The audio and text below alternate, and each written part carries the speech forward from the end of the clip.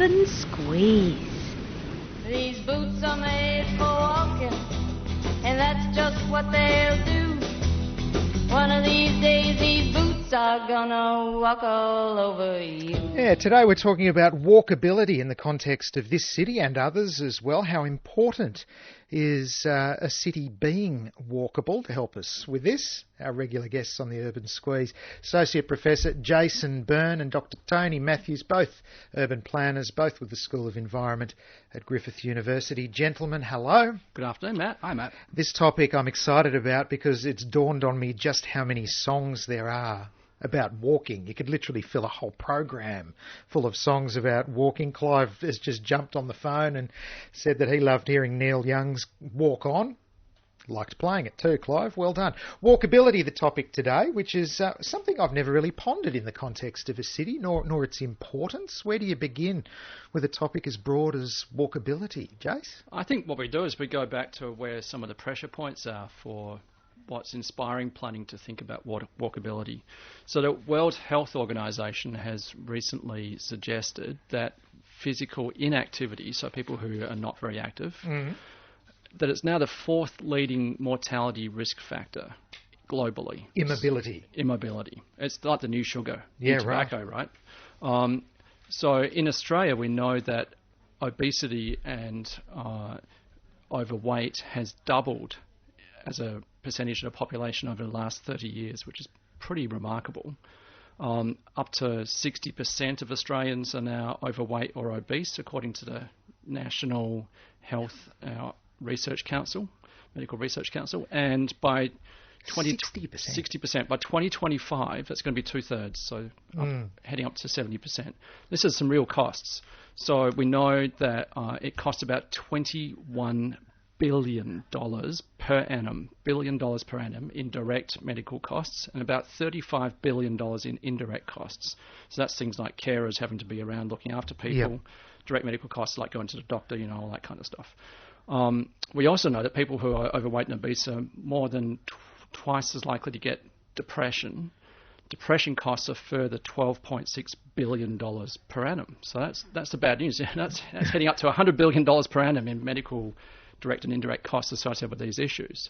But Tony, we've been talking about this. The real catch here is that the solution is right in front of us. It's about walking, isn't it? It is, and it intersects with our world because people spend their entire lives, most people in Australia spend their entire lives in an urban environment, so that becomes the principal environment within which they exist, and so all of the health outcomes associated with living in that environment can be traced back to some degree to urban design. So if urban environments are designed in a way that makes it unfriendly for people to be physically active and walk, they won't be physically active and they won't walk, and they'll spend more time in their cars and they'll spend more time sitting and they'll have associated negative health outcomes. So that's where urban planning and this walkability thing meet, is the concern about how do we design or redesign our cities to get people walking more. Yes. So you might have seen, Matt, in the news this week, there's been a lot of talk about congestion again and people sitting in cars for a long time. Gold Coast ranks about 8th in Australia now in terms of congestion. It's getting right up there.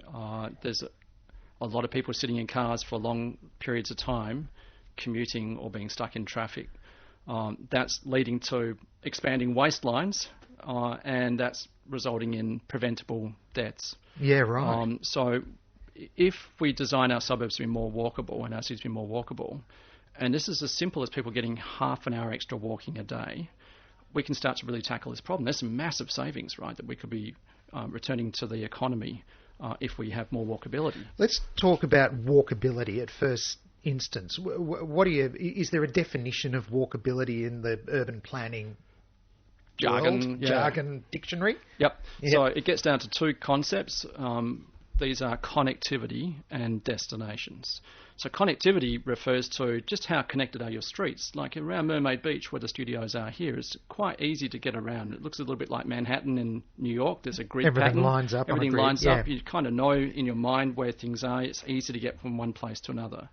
But when you head out to some of those suburbs that were developed in the 70s and 80s with all those spaghetti cul-de-sac sort of style streets, they're not walkable at all. You can spend a long time walking down this street, connecting to another street, and still being stuck in that suburb and not being able to get out, even though you can see it, over the other side of the houses. Yeah. So walkability is this idea of being connected, connectivity, but also destinations, right, Tony?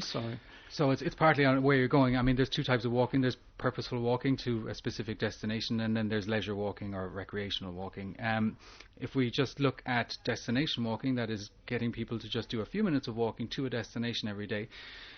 If you can locate a reliable public transport service within 15 minutes of somebody's house, that they can walk there in the morning, they can take the bus to work, they can get the bus back to the stop and walk 15 minutes home, that's a half an hour of exercise achieved a day.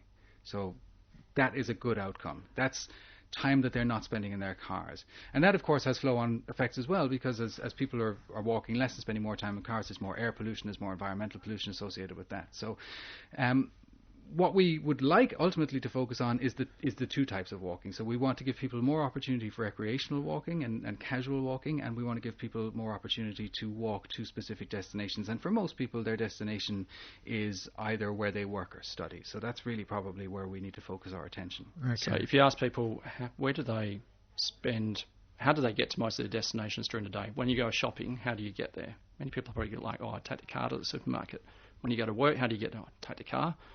If we can change that out, so you walk to go shopping, or you walk to get to work, or you walk to a nearby public transport service, that's starting to change some of these things out. So that kind of walking might be just, imagine a neighbourhood, like just down the road in Nobby's Beach, where you can walk to the newsagent, you can walk to the butcher, you can walk to some cafes or a nice little restaurant, you can walk to the IGA or to a Mediterranean deli, to pick up your stuff and head home, right? So the more little trips you're making like that every day, rather than jumping in your car, the more passive kind of built-in activities occurring. That's that destination walking. And there's sort of indirect effects too, the sense of community attached with that, of ownership of where you exist in the world. These sorts of kind of more philosophical things, I guess. Well, no, not just philosophical. So you're spot on. This is exactly what we're talking about. If you're walking down the road to go to the cafe and pick up a bottle of milk and something else from the Mediterranean deli on your way home, you're going to go past your neighbours. I might take it that you quite enjoy a visit to a Mediterranean deli. I mean, it's just kind of a little novelty of that place. Somebody's getting some free tapping out after this. You're waving to your neighbours, just saying g'day, how you doing? They're having a chat with you. There's social interaction occurring, which improves the safety of the neighbourhood and the connectedness of the neighbourhood and looking after each other. But there's also less sense of isolation than you get when you're stuck out in the suburbs. So depression is partly caused by this sense of isolation and not being connected to other people. If you're walking and getting the physical activity which is known to help combat depression, and you're getting connected to other people, then you're much happier. Yeah. If you can keep it local, it's a good thing. Get to know your neighbourhood and your neighbours. That makes people feel more content, more secure, more socially connected, and ultimately happier. And we as planners, I mean, not Jason and I personally, but the planning profession has been partly responsible for some of the bad outcomes here, because we threw our weight behind, and to some degree still do actually, I mean mostly we still do, throw our weight behind these big box out of suburb retail destinations, these huge supermarkets or hardware stores or pharmacies. So what once was a local service, or like Jason has spoken about, what we've done is we've supersized these and we've pushed them out to the edge of our suburbs, and there's no way to get there for the most part without taking your car. And of course the merchants or the retailers, the commercial operators that occupy these places, well, they love it because it gives them a captive audience, and it's a captive audience with a car which can take home a lot more stuff than you can take on a bike or on the bus or something. So, I mean, these in some respects offer some advantages, but they're very, very bad in terms of health outcomes. What was the logic behind that idea from a planning perspective at first instance? There was obviously a reason why this seemed like a good idea at the time. You're going to laugh. It partly gets back to health. So after the Industrial Revolution occurred and people are flocking into cities in large numbers, we had problems where there was no control over land use. So someone might, for example, have a tannery right next door to a residential apartment building, lots of stench and odours, not much good control over sanitation, this kind of stuff. So planners thought, well, let's separate what we call these kind of incompatible land uses. Let's zone them so you have a place for residences, a place for industrial, a place for commercial, a place for education. So planning created that problem as a response to health. It was you. Yeah, it's our fault. It's interesting. As a slight aside, I mean, the very basis of urban planning is rooted in health. If you go all the way back to the Industrial Revolution in Britain, where you had all of these people who moved in from the rural areas and into these filthy, overcrowded, slum-like cities that were ripe with disease and no sanitation and 20 people to a room, this sort of thing.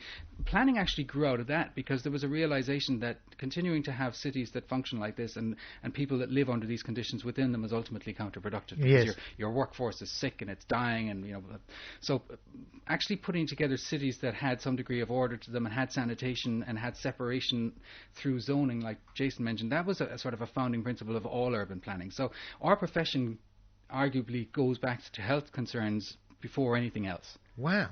Haven't thought of it in those terms before. It's trippy. Trippy, back to that word. 91.7 ABC Gold Coast. Matt Webber's my name. I've got Associate Professor Jason Byrne, Dr. Tony Matthews with me as well, urban planners, Griffith University, the Urban Squeeze, talking about the walkability and the benefits of this. I want to go back to some of the numbers you mentioned, Jason, in a moment. But before we get bogged down in the stats, the Gold Coast specifically, it's a long, thin strip. Right. We've got a rather large arterial in the M1. We've got the Gold Coast Highway as well, kind of connects north and south, so to speak. I don't think of it as a walkable place beyond the fact it's flat.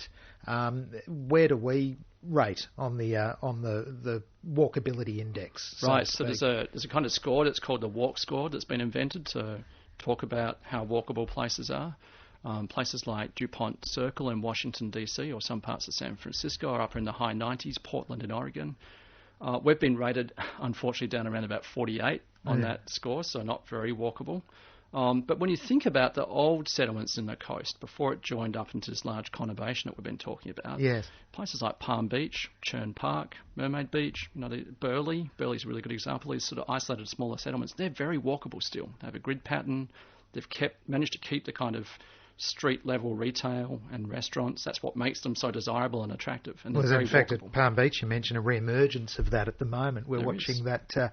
It's almost a new shop opening up every week down there because people are enjoying that village kind of environment as they have in Burleigh for a while as well. Right. And when you think about places like Miami, for example, with that Miami One development, that's kind of where planning's heading. So that has ground floor retail. There's a small Coles supermarket in there. There's some bike shops on the street, that kind of stuff. There's little delis and there's bakeries, butchers. But above that is living. That sort of 5-story to 7-story apartment space. If we can get that where people are living above the places where they can walk easily to shop, and also then build in a recreation element. Tony and I have been talking about the importance of some of these green areas, trees and recreation. You start to solve some of these problems, right, Tony? Yeah, so green areas are incredibly important for both social and health outcomes in any urban setting. The more greenery you have, generally, the better the social cohesion and the better the health outcomes. But one of the things that myself and Jason are particularly focused on right now in our own research is the benefits offered by street trees. And that's particularly pronounced in this part of the world because you have such a hot climate here with such severe sun that if you don't have trees that are growing with a wide canopy and covering streets and providing lots of shading, your streets basically turn into, you get this kind of canyon oven effect. Yes, and yes. Nobody wants to be out walking in that. So the more street tree coverage you can have, the more it lowers street temperatures, the more walkable places become immediately because you're walking in shade that's 10 or maybe more degrees lower under the trees. And the other thing, of course, is in summer where we're prone to spontaneous storms, the more tree cover you have, notwithstanding branch drop, you also have more physical cover. If you're out walking, you can get under a tree and get some relief from the weather. So notwithstanding the warnings we offer to people every storm season, don't stand under trees. That's people perhaps will. Let's talk it in the context of a heavy shower. A heavy perhaps. shower, A heavy shower, yes. We're not encouraging anyone to get hit by lightning, but the more tree coverage you can have, the better, and the more green space you can have, the better. The more green space people are offered and have access to, the more they will tend to use it. So, Matt, if you think about a street, imagine one of these streets with beautiful street trees that arch over and kind of close in and a nice canopy above the street. There's a few streets like that on the Gold Coast, not as many as places like Melbourne. I was going to ask you, give us some examples on the Gold Coast where this is done well. So if you imagine around some parts of Southport, for example, the older parts of Southport where the street trees have grown over the street, or even Tony and I were talking about Macquarie Street. As you get further down towards Robina and Robina Parkway, there's a section of that street where the trees, the paperbarks almost cover the whole street. So it's these green boulevards we're talking about. they can actually improve walkability dramatically. So the destinations we were talking about before, those little bakeries, butchers, that sort of stuff, they increase walking by about 6 minutes per week per destination. The more destinations, the more walking. With green streets and boulevards and parks, we're talking about 21 minutes extra walking per week. You see, and you can see the proof is in the pudding as well here. If you look if you look at the walking paths that follow the coastline, and you have the big pine trees and lots of shading and coverage and green area. I mean, they're under constant use, and people walking up and down them, exercising, running, cycling, walking the dog, and then sitting alongside them. And you contrast that and the temperatures that are available there, and the air temperatures, with what you get if you're sitting, say, directly on the beach, or if you were standing on the other side on the road. It's significantly more appealing, and you can see that in the amount of people that are using that space. So, I mean, all along the Gold Coast that happens. Talking walkability on the Urban Squeeze this afternoon, Jason Byrne, Dr. Tony Matthews with me as well from Griffith University.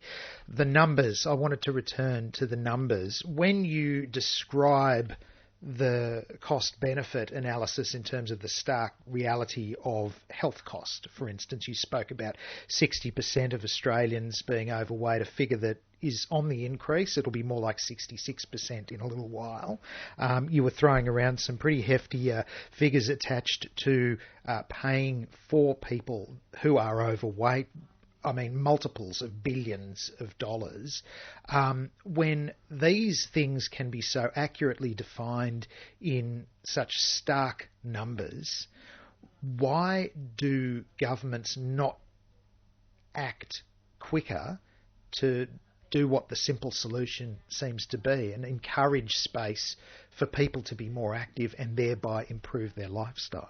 Do you want the cynical answer or the... I want both. Well, let's go with your cynical answer cynical first, answer and then I'll is, give another answer. The cynical answer is trying to affect some sort of meaningful change within the election cycle is difficult for this. This is a long-term problem. This is, you're talking decades to remediate this problem. It doesn't fit in the 3-year election cycle. But the ridiculous thing is, from a budgetary point of view, it would be to everyone's benefit ultimately. Savings. It would be, but no matter which side of politics you're on. Yeah, but the problem is your rivals could be in government in 6 or 9 or 12 years when the benefits really start to flow through, and we have the figures to prove it. And that's why that is one reason why governments are reluctant. So how do you agitate for change? So we're seeing some change happening, right? So the last time we had a national level cities approach was when Gough Whitlam was in power.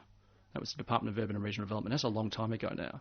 The current Turnbull administration has finally got a minister who's more or less in charge of cities. 40 years ago. It is. So we're finally kind of getting a national level policy there. But when I talk to my students, I talk about a supertanker as an analogy, as a metaphor. So even if you throw the wheel hard over in a supertanker, it's going to take a kilometre or more to start turning, right?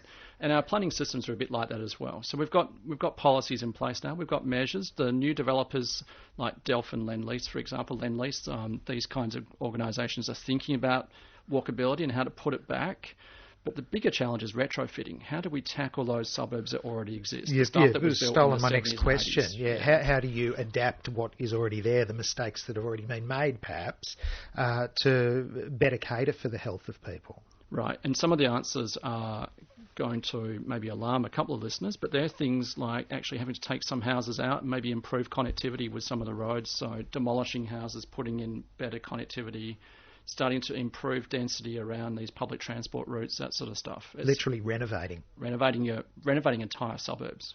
But it goes against the sort of the current thinking around development is very focused on more development and particularly more density and a lot of infill development. So you knock one house and you build 6 apartments in its place. And what Jason is suggesting as a potential solution, the idea that we would actually do a little bit less building or leave some blocks vacant or convert them back to green space, that runs counter to the logic of development at the moment. And again, that's problematic.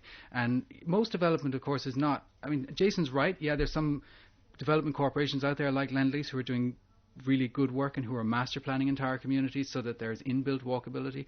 That's fine for new stuff, but retrofitting remains a problem. And one of the difficulties is also land ownership. government doesn't necessarily own this land. Most of it's in private hands. So you have to have buyback schemes, and then there's pressure on public finances, and there's budget bottom lines, and so these all become problems. And as Jason said, Jason's absolutely right. You throw the wheel on a super tanker, and it starts to take a long time before things change. But where there's a will, there's a way. But whether there's a will is the question. Well, just see the ledger. I look at the ledger and look at these massive costs attached to people being unhealthy. When the benefits are measurable, equally measurable, you'd think it would be a relatively easy ship to turn. But right, we've got governments obsessed about getting back into the black, right? So here's an easy way to do it. Well, this is what I'm thinking. Yeah. Fascinating. And I mean, like we were just talking before we came down, if you look at the level of public expenditure, attention and health campaigns that have been ongoing for several decades now around smoking, now we're really seeing the benefit of it. But it took decades. And this stuff is costing significantly more than smoking now. Obesity and immobility, the costs of the exchequer are much, much higher than what we used to deal with. And it was never, it's never the case that government cares if you or me as individuals smoke. What they care about is the cost of us getting sick or getting lung cancer or something and ending up in hospital. That's what motivates them. It's the ledger thing. So this is a long-term thing. So we would need to take a long-term approach to it the way that we do with something, or the way we did with something like smoking, or maybe a sustained approach to dealing with road traffic accidents, the way we do around sort of educating drivers around speed and drink driving and things like that. But we need to really dig in on this one. Yeah. So you might listeners, I challenge the listeners to start looking out around the landscape, looking in parks, looking when they walk and see who's on the paths, that sort of stuff, but also looking for the signs. They're there. They're on the backs of buses and they're on billboards, get more active, that kind of stuff. But, we spend $300 million a year in Australia on weight loss programs and dietary supplements, yet we're paying almost $100 billion in these indirect and direct costs related to obesity. If we start getting people back into parks, making it easy for them to walk on their streets, neighbourhoods become friendlier, depression drops out, people get fitter, right? We're on a track to success. You're on a winner. Guys, we're out of time. Fascinating, as always, the Urban Squeeze for another week. Associate Professor Jason Byrne, Dr. Tony Matthews from the School of Environment at Griffith University. Food for thought. Thank you, gentlemen. Thank you very much, Matt.